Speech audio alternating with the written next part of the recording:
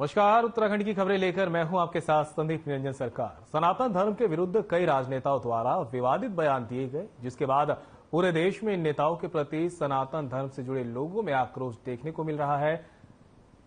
धर्मनगरी हरिद्वार में जूना अखाड़े के संतों द्वारा सनातन धर्म के विरुद्ध दिए गए इन बयानों को लेकर अपना विरोध दर्ज कराया गया। साथ ही कहा कि ऐसे लोग अपनी राजनीतिक चमकाने के लिए इस तरह के गलत बयान देते हैं।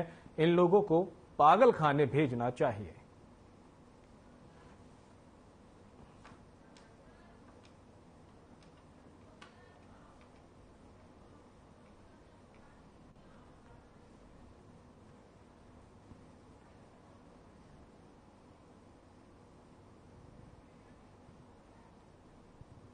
भूमि बना रहे हैं वो राजनीति के लिए।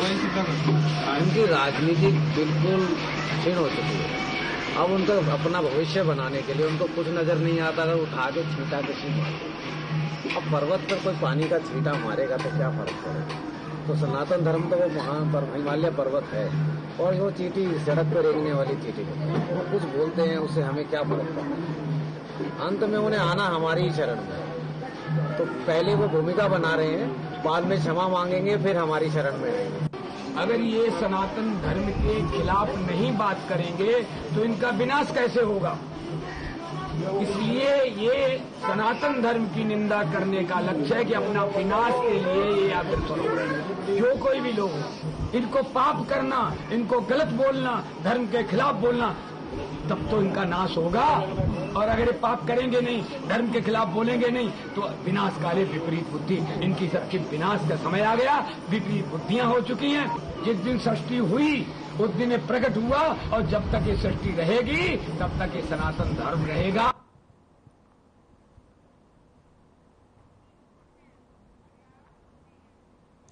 देहरादून पुलिस को बड़ी कामयाबी हाथ लगी है। आपको बता दें, डोईवाला पुलिस द्वारा एटीएम में चोरी करने वाले 4 अभियुक्तों को नकदी 2,70,000 रुपए, मास्टर चाबियां और एटीएम कार्ड के साथ गिरफ्तार किया गया है। एसएसपी दिलीप सिंह कुंवर ने बताया कि सभी दिल्ली के निवासी हैं। ये लोग उत्तराखंड आकर एकांत में स्थित गार्ड रहित एटीएम को टारगेट कर पैसा निकाल लेते थे।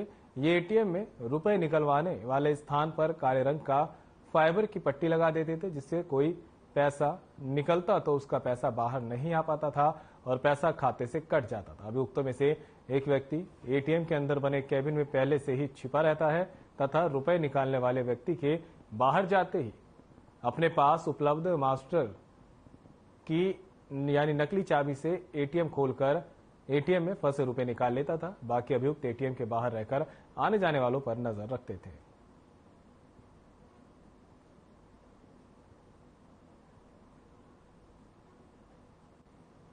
परसों एटीएम फ्रॉड करने वाले बताया गया कि मजबूर में बताया कि एटीएम फ्रॉड करने वाले कुछ लोग घूम रहे हैं, HR नंबर, दिल्ली नंबर की आ रहे हैं और इस पर हमने सबको एक तरह से अलर्ट कर दिया था और थाना डोईवाला ने इसमें एक्टिविटी पार्टिसिपेट करते हुए इसको इस घटना को करने वाले 4 लोगों की अरेस्टिंग करी। उसमें 2,70,000 रुपया बरामद किया। एक गाड़ी है दिल्ली नंबर की हुंडई एक्सेंट वो बरामद किया। 4 चाबियाँ जो हैं, जो एटीएम का जो चैम्बर होता है उसके खोलने के जो चाबियाँ होती हैं, तो वो 4 चाबियाँ बरामद हुई हैं। काली पट्टी है, फाइबर पट्टी होता है, वो 4 पट्टियाँ बरामद कर ली, जिसको इस्तेमाल करते हुए उन्होंने फ्रॉड किया 5 एटीएम। इस गिरोह का काम ये था कि इसमें जो सरगना है वो अमित है और अमित को जानकारी थी कि एटीएम कैसे ऑपरेट करते हैं, एटीएम को कैसे खोलते हैं। और उसके बाद ये 4 चाबियाँ थी। एटीएम से पैसे निकलते हैं, जब ट्रेन में आने से पहले पैसा बाहर निकलता है, फिर दूसरे उसमें वो बाहर निकलता है।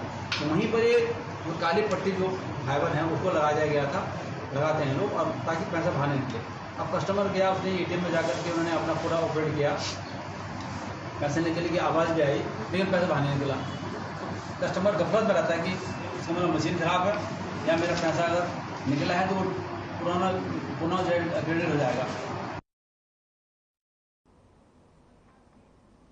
वहीं पूर्व मुख्यमंत्री हरीश रावत ने सड़कों पर गड्ढे को लेकर सरकार पर निशाना साधा।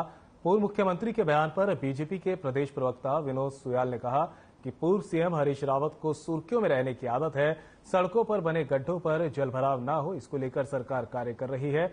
वहीं बीजेपी प्रदेश प्रवक्ता ने पूर्व सीएम को स्वास्थ्य ध्यान रखने की सलाह दी।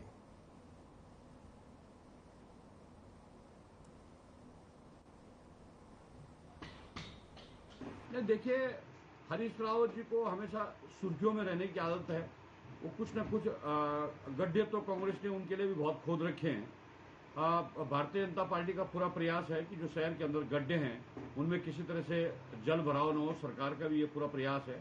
मेरी हरीश रावत जी को सलाह है कि वो सरकार को रचनात्मक सुझाव दें और जिस तरह का उनका अनुभव है और जिस तरह का उनका बुढ़ापा है तो वो भी अपने स्वास्थ्य का ध्यान रखें। तो आपको कहना तो कांग्रेस को चश्मा लगा के देखना चाहिए। उनके तो आपसे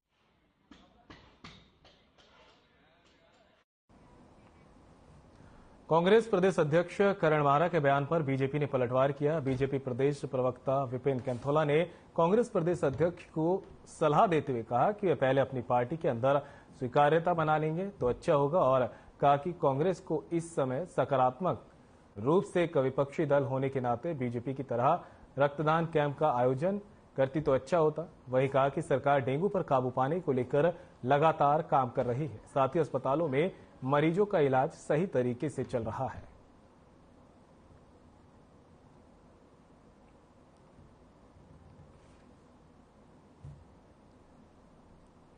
प्रवर समिति को बनाकर रख दिया। देखिए, कांग्रेस के जो अध्यक्ष हैं वो पहले अपनी पार्टी के गड्ढे में, पहले कांग्रेस के अध्यक्ष जो है अपनी स्वीकार्यता अपनी पार्टी के अंदर तो बना लें। उनके पूर्व नेता प्रतिपक्ष और पूर्व अध्यक्ष कहते हैं तो अध्यक्ष कौन अध्यक्ष क्या अध्यक्ष कई बार हमने सुना है। तो पहले करण मेहरा जी को मेरी सलाह है कि अपनी स्वीकार्यता अपनी पार्टी के अंदर बनाए, फिर अन्य बातें करें। हाँ, प्रवर समिति को दिया हमने। ठीक है, प्रवर समिति आते नहीं। और अब खबर रुड़की से है, जहां उदय सिंह पुंडीर के आवास पर पहाड़ी व्यंजन पार्टी में पूर्व मुख्यमंत्री हरीश रावत पहुंचे, जहां उन्होंने पहाड़ी व्यंजन का लुत्फ उठाया। इस मौके पर रुड़की से कांग्रेस के वरिष्ठ नेता सचिन गुप्ता, अरविंद ठाकुर, आशीष सैनी, मुशाबिर अली सहित सैकड़ों कार्यकर्ता शामिल हुए। इस मौके पर पूर्व मुख्यमंत्री ने कहा कि बागेश्वर से उपचुनाव में हमने जनता का बेहद हमें प्यार मिला और 2024 में कांग्रेस अपनी सरकार बनाने जा रही है।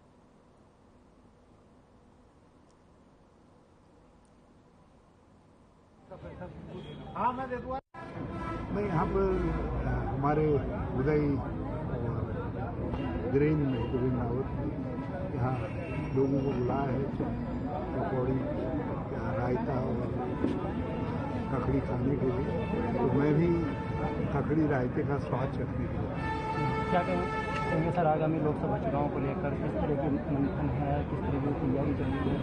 तैयारियाँ बिल्कुल मुकम्मल है, पार्टी तो मुकम्मल करके चल रही है। बागेश्वर में हमारी नैतिक जीत हुई है। धनबल और पशु सत्ता बल से ढंढेरे में उदय पुंडीर जी के कैंप कार्यालय पे जो है हमारे पूर्व मुख्यमंत्री माननीय श्री हरीश रावत जी आए हुए हैं। आज यहाँ दही और ककड़ी का सेवन करने के लिए बुलाया गया था। दही ककड़ी का जो मिलाप है वो हमारे हरीश रावत जी की बड़ी खूबी भी है। पहाड़ी ककड़ी का जो है आप स्वाद लीजिए।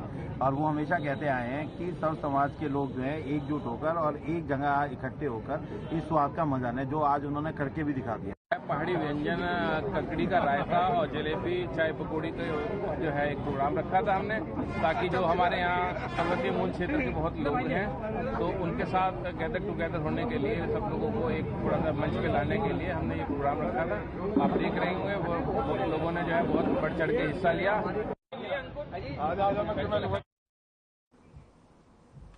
तो वही नेता प्रतिपक्ष यशपाल आर्या ने प्रदेश के विभिन्न मुद्दों के साथ सरकार को घेरने का काम किया। उन्होंने सत्र को लेकर भी कई सवाल खड़े किए। यशपाल आर्या का आरोप है कि सरकार सत्र की अवधि कम रखकर मुद्दों से बचने का काम करती है और सदन के नियमों को ताक पर रखकर नियमों की अनदेखी सरकार की तरफ से की गई। यशपाल आर्या ने कहा कि सत्र की अवधि 20 दिन होनी चाहिए, जबकि सरकार ने सिर्फ 3 दिन में ही सत्र को निपटाने का काम किया है और इन 3 दिनों में भी किसी भी सवाल का संतोषजनक जवाब देने में सरकार असमर्थ साबित हुई है। वहीं बागेश्वर उपचुनाव को लेकर भी नेता प्रतिपक्ष का कहना है कि 5 तारीख को जब वोटिंग 5 तारीख को जब वोटिंग का दिन था उसी दिन विधानसभा में श्रद्धांजलि रखना क्या तर्कपूर्ण था? इससे संबित ये होता है कि चुनाव को लेकर सरकार की मंशा साफ नहीं थी।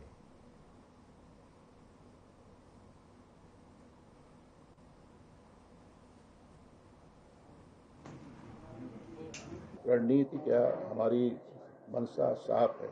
हम सदन में प्रमुखतम मुद्दों को, बहुत बड़े मुद्दे हैं, किसान आज परेशान है, किसानों को गन्ने का मूल्य का भुगतान नहीं हुआ है, फसल पूरी चौपट हो चुकी है, चाहे धान की फसल हो, पिछले धान की फसल और गन्ने की फसल पूरी तरह बर्बाद हो चुकी है, गेहूं की फसल भी अतिवृष्टि से बर्बाद हो चुकी थी, सर्वे नहीं हुआ, मुआवजा नहीं मिला।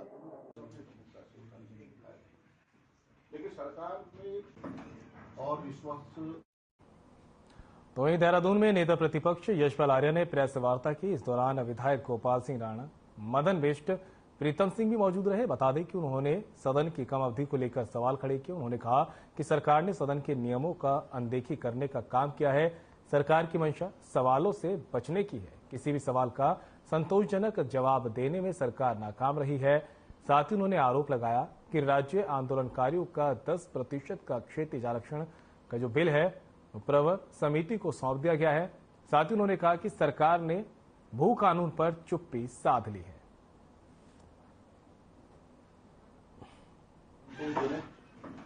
और विश्वास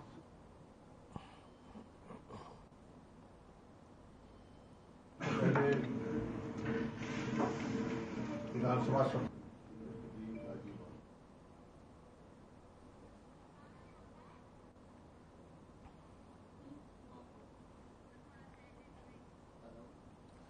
खबर देहरादून से आपको बता रहे जहां पर सरकार पर कांग्रेस ने जमकर निशाना साधा है। यशपाल आर्य ने प्रेस कॉन्फ्रेंस की है और प्रेस कॉन्फ्रेंस में सरकार को कई मुद्दों को लेकर घेरा। भू कानून को लेकर भी सरकार पर सवाल उठाए हैं।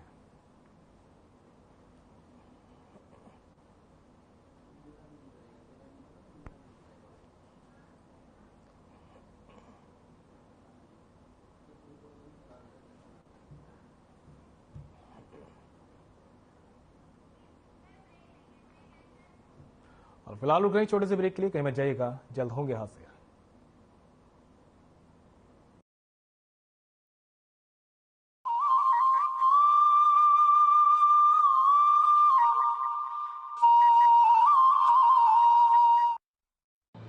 डेंगू से बचने के लिए जरूरी है आसपास पानी जमा ना होने दें। डेंगू से बचाव करना है तो याद रखिए ये सारी बातें। डेंगू के मच्छर साफ पानी में पनपते हैं, इसलिए अपने आसपास पानी जमा नहीं होने देना है और रखनी है साफ सफाई।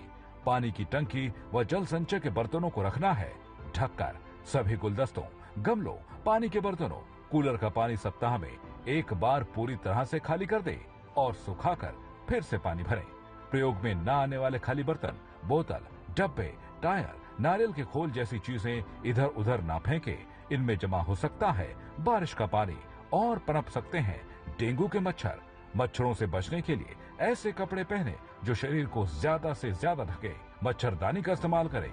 बिना चिकित्सकीय सलाह के कोई भी दवा न ले। नमस्कार।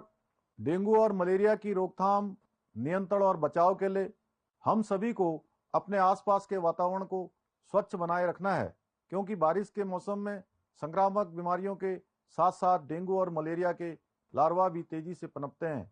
मेरा आप सभी से आग्रह है कि अपने घर में और घरों के आसपास साफ सफाई रखें, जल भराव न होने दें, ताकि डेंगू और मलेरिया की रोकथाम व नियंत्रण के लिए इस बीमारी की मूल वजह पर चोट की जा सके। हम सभी प्रत्येक रविवार को यह सुनिश्चित करें कि डेंगू के मच्छर आपके घरों या आसपास पनप तो नहीं रहे। छतों पर, कूलरों पर और गमलों की ट्रे पर पानी एकत्रित न होने दें। उस स्थान को साफ सुथरा रखें। हम सभी डेंगू और मलेरिया से बचाव के लिए जागरूकता फैलाएं और एक संकल्प लें कि आसपास के वातावरण को स्वच्छ बनाए रखेंगे और एक दूसरे को सहयोग करते रहेंगे। हर रविवार रहें तैयार, स्वच्छता अपनाकर करें डेंगू और मलेरिया पर वार। धन्यवाद। जागरूकता के साथ बरतनी है सावधानी।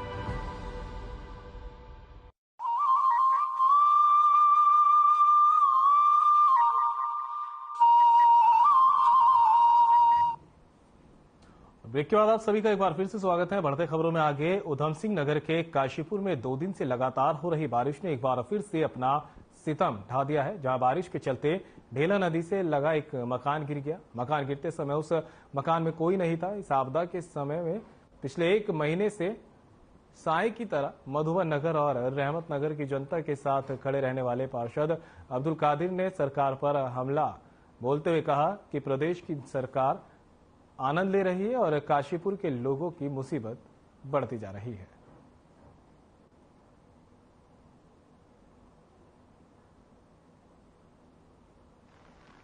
सरकार पिछले 1 महीने से सब कुछ होता हुआ देख रही है।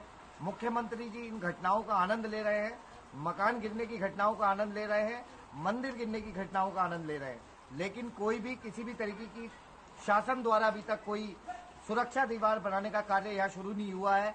जनता को किसी भी प्रकार की सुविधा देने के लिए, लोगों के जो मकान गिर गए हैं उनके लिए, जिनके मकान गिर सकते हैं उनको बचाने के लिए अभी तक सरकार की तरफ से कोई सफल प्रयास नहीं किए गए।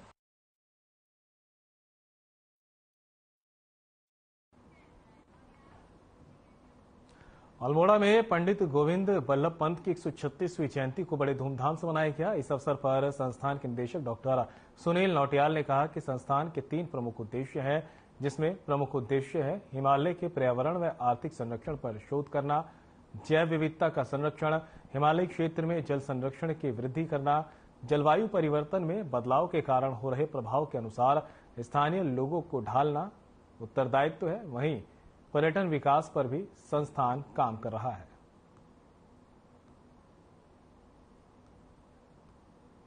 तो अभी गोविंद बल्लभ पंत उनका जो टॉपिक है कि जो हमारी कम्युनिटीज हैं, जो हमारे यहाँ पर हितधारक हैं, हमारे समाज हिमालय में, उनके ज्ञान को हम अपने मुख्य विज्ञान में कैसे जोड़ें ताकि हम अपने संरक्षण के उद्देश्यों को प्राप्त कर सकें। 1, दूसरा वनों का संवर्धन हो सके। 2, और तीसरा यहाँ के निवासियों की आजीविका की वृद्धि भी हो सके। एक सतत परिदृश्य में वो अपना लेक्चर दे रहे हैं और हमारा संस्थान भी इसी दिशा में कार्य कर रहा है, जैसे कि मैंने पहले बताया भी था।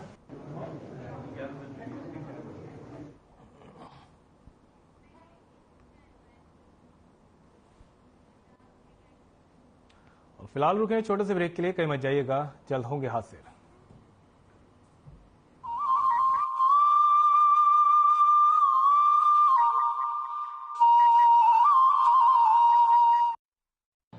डेंगू से बचने के लिए जरूरी है आसपास पानी जमा ना होने दें। डेंगू से बचाव करना है तो याद रखिए ये सारी बातें। डेंगू के मच्छर साफ पानी में पनपते हैं, इसलिए अपने आसपास पानी जमा नहीं होने देना है और रखनी है साफ सफाई। पानी की टंकी व जल संचय के बर्तनों को रखना है ढककर। सभी गुलदस्तों, गमलों, पानी के बर्तनों, कूलर का पानी सप्ताह में 1 बार पूरी तरह से खाली कर दे और सुखाकर फिर से पानी भरें। प्रयोग में न आने वाले खाली बर्तन, बोतल, डब्बे, टायर, नारियल के खोल जैसी चीजें इधर उधर ना फेंके। इनमें जमा हो सकता है बारिश का पानी और पनप सकते हैं डेंगू के मच्छर। मच्छरों से बचने के लिए ऐसे कपड़े पहने जो शरीर को ज्यादा से ज्यादा ढके। मच्छरदानी का इस्तेमाल करें। बिना चिकित्सकीय सलाह के कोई भी दवा न ले। नमस्कार। डेंगू और मलेरिया की रोकथाम, नियंत्रण और बचाव के लिए हम सभी को अपने आसपास के वातावरण को स्वच्छ बनाए रखना है, क्योंकि बारिश के मौसम में संक्रामक बीमारियों के साथ साथ डेंगू और मलेरिया के लार्वा भी तेजी से पनपते हैं। मेरा आप सभी से आग्रह है कि अपने घर में और घरों के आसपास साफ सफाई रखें, जल भराव न होने दें, ताकि डेंगू और मलेरिया की रोकथाम व नियंत्रण के लिए इस बीमारी की मूल वजह पर चोट की जा सके। हम सभी प्रत्येक रविवार को यह सुनिश्चित करें कि डेंगू के मच्छर आपके घरों या आसपास पनप तो नहीं रहे। छतों पर, कूलरों पर और गमलों की ट्रे पर पानी एकत्रित न होने दें। उस स्थान को साफ सुथरा रखें। हम सभी डेंगू और मलेरिया से बचाव के लिए जागरूकता फैलाएं और एक संकल्प लें कि आसपास के वातावरण को स्वच्छ बनाए रखेंगे और एक दूसरे को सहयोग करते रहेंगे। हर रविवार रहें तैयार, स्वच्छता अपनाकर करें डेंगू और मलेरिया पर वार। धन्यवाद। जागरूकता के साथ बरतनी है सावधानी।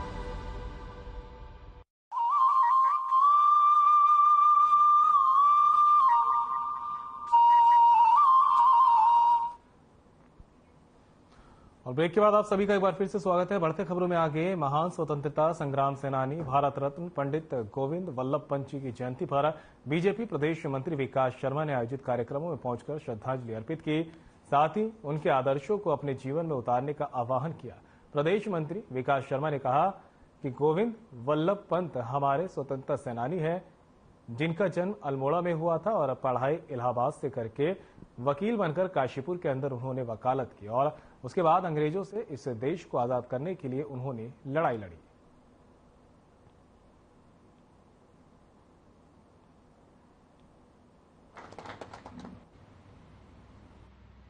(136वीं) जयंती थी। आज हम लोगों ने आशुतोष विद्या मंदिर में और यहाँ नगर निगम में उन्हें पुष्प अर्पित करके श्रद्धांजलि अर्पित की। पंडित गोविंद वल्लभ पंत जी जो हमारे भारत रत्न है, हमारे स्वतंत्रता सेनानी रहे, उन्होंने अपनी पढ़ाई करने के बाद यहीं काशीपुर में वकालत की और उसके बाद उन्होंने हमारी देश की आज़ादी की लड़ाई लड़ी। उन्होंने साइमन कमीशन का विरोध किया, जिससे ब्रिटिश पुलिस के अत्याचारों से पंडित गोविंद वल्लभ पंत जी की कभी कमर सीधी नहीं हो पाई।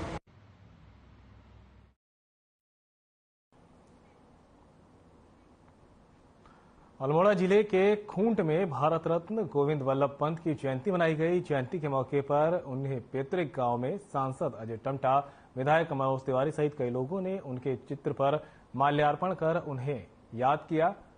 गोविंद वल्लभ पंत में अल्मोड़ा के खूंट से निकलकर भारत में केंद्र की राजनीति तक का सफर तय किया और यूपी के सीएम से लेकर गृहमंत्री तक सभी पदों पर बने रहे।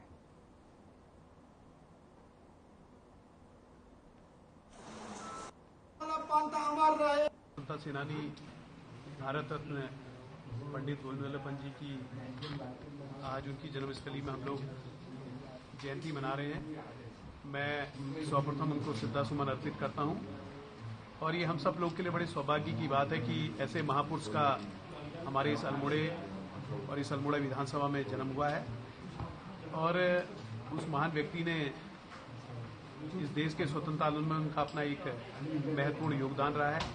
चूँकि हम सबका बहुत ही सौभाग्य है कि उस समय की बहुत ही विषम परिस्थितियाँ रही होंगी और चूँकि गोरों का शासन था, उस समय भी इस पर्वतीय क्षेत्र के अंदर जब बहुत ही संसाधन विहीन ये क्षेत्र था, यहाँ उन्होंने अध्यापन का काम करने के बाद उन्होंने विभिन्न स्थानों में जाकर के पढ़ाई किया, वकालत की और संयुक्त प्रांत के मुख्यमंत्री के रूप में भी उत्तर प्रदेश जैसे बड़े प्रांत के रूप में काम किया।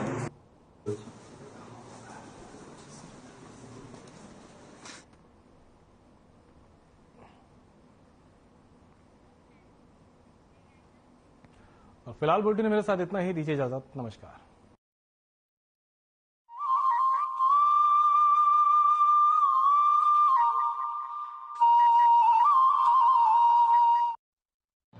डेंगू से बच